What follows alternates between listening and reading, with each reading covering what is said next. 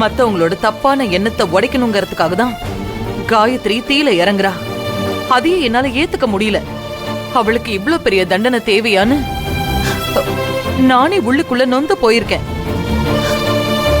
அந்த வலியையும் வேதனையுமே தாங்க முடியாது எனக்கு. நீ அக்னியில இறங்கணும்னு முடிவெடுத்தா சத்தியமா சத்தியமா என்னால தாங்க முடியாது. சரியா? ஏம்மா, எனக்கு ஒரு நியாயம், காயத்ரிக்கு ஒரு நியாயமா? இது உங்க எல்லாருக்குமே அநியாயமா தெரியலையாமா? நீ கேக்குறது நியாயமான கேள்விதான். சரியா? ஆனா அதுக்கான பதில் என்கிட்ட இல்ல. என்ன புரிஞ்சுக்கோ. நீ இந்த நெருப்புல இறங்க வேண்டாம். அப்படி இறங்கி காலத்துக்கும் என் புள்ளைய சந்தேகப்பட்டு நான் நெருப்புல இறங்க வச்சுட்டேனேன்னு குற்ற உணர்ச்சியை கொடுத்து என்ன கூனி குறுகி நிக்க வச்சிடாத.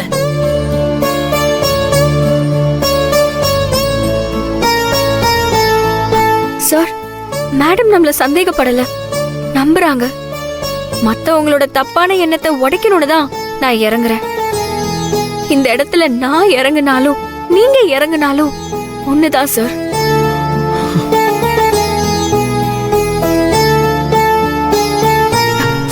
என்ன பொறுத்த வரைக்கும் இது நெருப்பா என் கண்ணுக்கு தெரியல, இது பூவாதான் என் கண்ணுக்கு தெரியுது.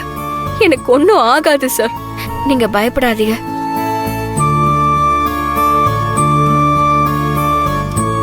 உங்க முடிவை மாத்திக்கோங்க சார், ப்ளீஸ். நாங்க ரெண்டு பேரும் எந்த தப்பும் பண்ணல.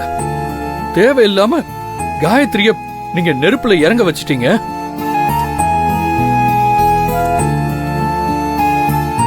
காயத்ரிக்கு மட்டும் ஏதாவது ஒண்ணு ஆச்சு, எனக்கு நானே இதே நெருப்புல தண்டனை கொடுத்துப்பேன். இது சத்தியம்.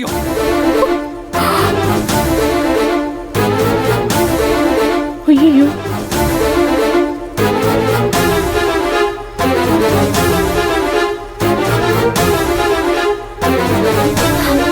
சார், எனக்கு ஒண்ணும் ஆகாது.